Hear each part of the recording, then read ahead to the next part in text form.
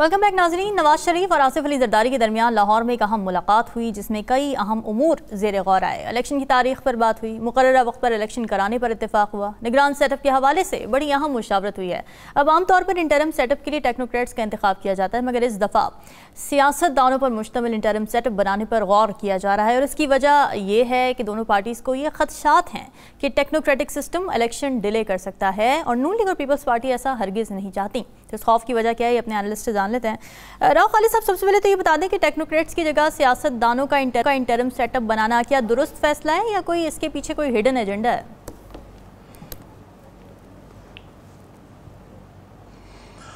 देखिए, दुरुस्त फैसला तो यही होगा कि जो आइन और कानून के मुताबिक जो है वो प्राइम मिनिस्टर और अपोजिशन लीडर मिलकर डिसाइड करें कि कौन होना है। अगर वो नहीं डिसाइड कर पाते तो नेचुरली फिर इलेक्शन कमीशन डिसाइड करेगा।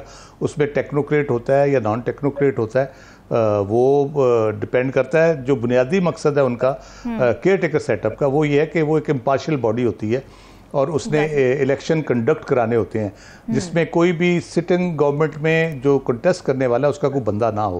लेकिन हम यहाँ देख रहे हैं कि पंजाब देख लें या केपी देख लें, वहाँ बड़े बायस किस्म के और पोलिटिकली इंक्लाइंड लोग हैं जो हमदर्दियाँ रखते हैं पॉलिटिकल पार्टीज़ के साथ। और उनके एक्ट से आपको पता चलता है पंजाब में जिस किस्म की सूरत हाल पैदा हुई, हम देख रहे हैं पुलिस के हवाले से, बाकी चीज़ों के हवाले से, गिरफ्तारियाँ और बाकी जो कुछ भी हो रहा है। इसी तरह से अब डिपेंड ये करता है कि अगर इन्होंने फैसला किया कि सियासतदान को लेके आएंगे तो फिर जो अब तक अफवाहें चल रही थी, नाम चल रहे थे, कुछ सहाफ़ियों के चल रहे थे, कुछ टेक्नोक्रेट्स के चल रहे थे, कोई कहते थे जी फलां बंदा कराची लैंड कर गया है, हाँ जी, बाक़िर रज़ा साहब का नाम चल रहा था, फिर हफीज़ शेख साहब का नाम चल रहा था, फिर जर्नलिस्टों के नाम चल रहे थे। तो वो सारे, इसका मतलब है वो तो उस तरह से फिर नहीं है अगर सियासतदानों ने करना है। लेकिन मैं अपनी उस बात पे कायम, जो कुछ दिन पहले मैंने की थी कि बंदा उसी ने आना है जिसको लाया जाना है इस प्राइम मिनिस्टर की पोस्ट के लिए, और जो एजेंडा जिसने इम्प्लीमेंट करना है वही बंदा आएगा।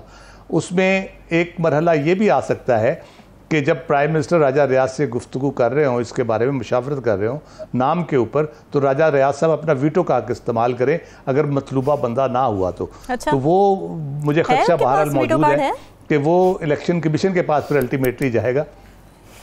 जी बिल्कुल, अपोजिशन लीडर अगर एग्री नहीं करता उन नामों पे जो प्रपोज्ड हैं, जो वो देंगे, राजा रियाज साहब देंगे, तीन प्राइम मिनिस्टर साहब देंगे, और उनमें अगर कोई इत्तेफाक राय नहीं होता फिर एक कमेटी बनती है, कमेटी में जाता है, कमेटी में भी इत्तेफाक राय नहीं होता तो वो फिर जाते हैं। तो आप वो बता रहे हैं ना जो किताबों में लिखा है। मुझे लग ये रहा है कि मैं तो हकीकत की बात कर रही हूँ कि उनके पास है कोई वीटो कार्ड या इस्तेमाल करने की कोई ख्वाहिश होगी उनकी। जी मैं बिल्कुल है, मैं ये प्रोसेस आपको बता रहा हूँ इसलिए कि क्योंकि हकीकत का तो मैंने पहले बता दिया, आना तो उसी ने जिसको जो मंजूर नज़र होगा और जिसको लाया जाना मतलूब होगा और जिसके ज़रिए आगे एजेंडा जो है इम्प्लीमेंट कराना मतलूब होगा वो होगा। लेकिन शहबाज और जरदारी मुलाकात के में इससे अलावा बहुत सीरियस मामलात और भी हैं। ठीक है, क्या इलेक्शन बर वक्त होंगे, उनको किस तरह से इंश्योर किया जाए कि इलेक्शन जो है वो 3 महीने या 2 महीने बाद जब भी बनते हैं कानूनी तौर पे तो उस तरह से हो जाए। क्या सीट एडजस्टमेंट के ऊपर किस तरह से लेके चल रहे हैं इन्होंने आपस में एक दूसरे को। आगे जो सबसे बड़ा उनके लिए जो ख़तरा है, जिन्होंने इनको जोड़ के रखा हुआ है, वो है पीटीआई। क्या पीटीआई मैदान में होगी, क्या उनके चेयरमैन मैदान में होंगे, वो जलसे जुलूस कर रहे होंगे। तो ये बहुत बड़े कंसर्न हैं उनके, जिसकी वजह से वो उनको ये सोचना भी चाहिए और सोच भी रहे होंगे और इस पर डिस्कशंस भी हो रही होगी कि किस तरह से इस बड़े जो भारी पत्थर जो दरमियान में एक आ गया है इसको किस तरह से हटाया जाए। तो उस पर भी यकीनन बात इनकी हो रही होगी। फिर आगे प्राइम मिनिस्टरशिप की बातें चल रही हैं।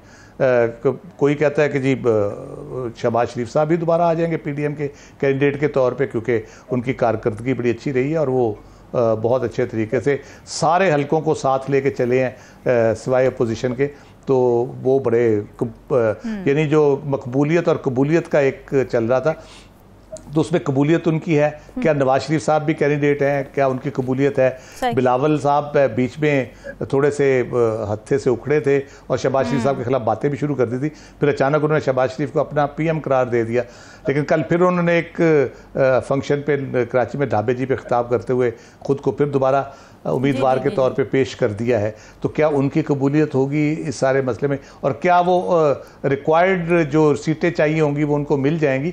तो बहुत सारे मामलात हैं, अभी बहुत सा पानी पुलों के नीचे से गुजरना है, फिर जाके ये मामला तय होंगे। सबसे बुनियादी मसला जो कंसर्न हमारा है वो इलेक्शन ही है कि इलेक्शन क्या टाइम पे होते या नहीं होते, अगर नहीं होते तो कितनी ताखीर से होंगे और उस ताखीर की वजह क्या होगी। तो ये सारा देखिए, मौलाना फजलुर रहमान साहब तो खुद भी शिकवा कर चुके हैं इस बात का। जब दुबई की मुलाकात हुई मियां नवाज शरीफ और आसिफ जरदारी की, तो उसके बड़ा उन्होंने रिजर्वेशंस अपनी शो की है, जिसके बाद शहबाज शरीफ साहब ने उनसे मुलाकात की।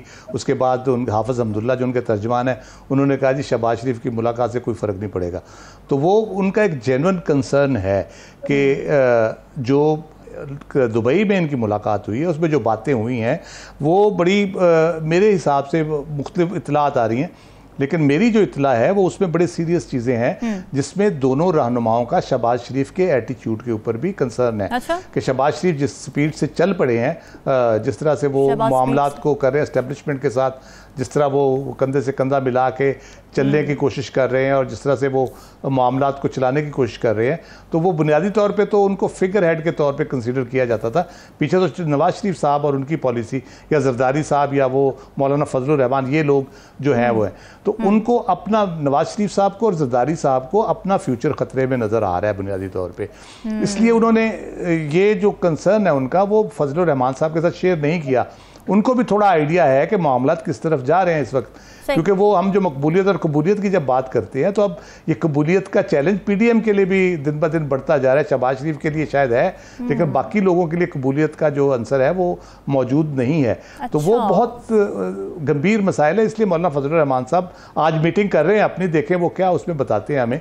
आज उनकी मजलिस शूरा का इजलास अभी जारी है, तो वो बताएंगे हमें कि क्या उन्होंने सोचा है पीडीएम के साथ मिलकर। इंतखाबी इत्तेहाद तो नहीं चलेगा, कल भी हमने डिस्कस किया है, तो बाकी वो उनसे देखते हैं क्या वो अब मजीद क्या उनके तहफ़्फ़ुज़ात हैं या दूर हो गए हैं। बुरी है इनकी छक्का लगाने की, लेकिन मेरा नहीं ख्याल जो सूरत हाल है ओवरऑल और जो पिछले 1.5 साल में रही है सूरत हाल, हम अगर उसका डे टू डे बेसिस पे तजिया करें, ओवरऑल करें, यानी माइक्रो बेसिस पे करें या मैक्रो बेसिस पे करें, दोनों सूरतों में जो इंतहाई तशवीशनाक सूरत हाल है। सियासी तौर पे देखें इंस्टेबिलिटी है, माशी तौर पे देखें कोई यकीनी सूरत हाल, इंतहाई गैर यकीनी सूरत हाल है स्टैंड बाई एग्रीमेंट के बावजूद, क्योंकि आप IMF की जो कंडीशनैलिटीज़ हैं क्या उसको आप मीट कर पाएंगे, क्या उसके मुताबिक आप चलेंगे। अगर उसके मुताबिक चलेंगे तो फिर आवाम को रिलीफ, आप ज़ुबानी कलामी कहते रहें 9 रुपये पेट्रोल एक दिन सस्ता करके, तो वो उस तरह से तो नहीं होगा। और ये गेम भी नहीं चलेगी जो नॉर्मली ये करते हैं कि पहले 50 रुपये बढ़ा दो और उसके बाद लूट सेल लगा के तो 30 रुपये कम कर दो, जी हमने बड़ी आप के लिए खुसूसी तौर पे रियायत कर दी है। तो ये चीज़ें नहीं चल रही हैं। 3 बड़े इंपॉर्टेंट फैक्टर्स हैं। नंबर 1 जो आपके यहाँ जो पंजाब में ख़ास तौर पे जो पुलिस का रवैया रहा है पिछले महीने 1.5 महीने से, उसने बहुत बड़ा डेंट डाला है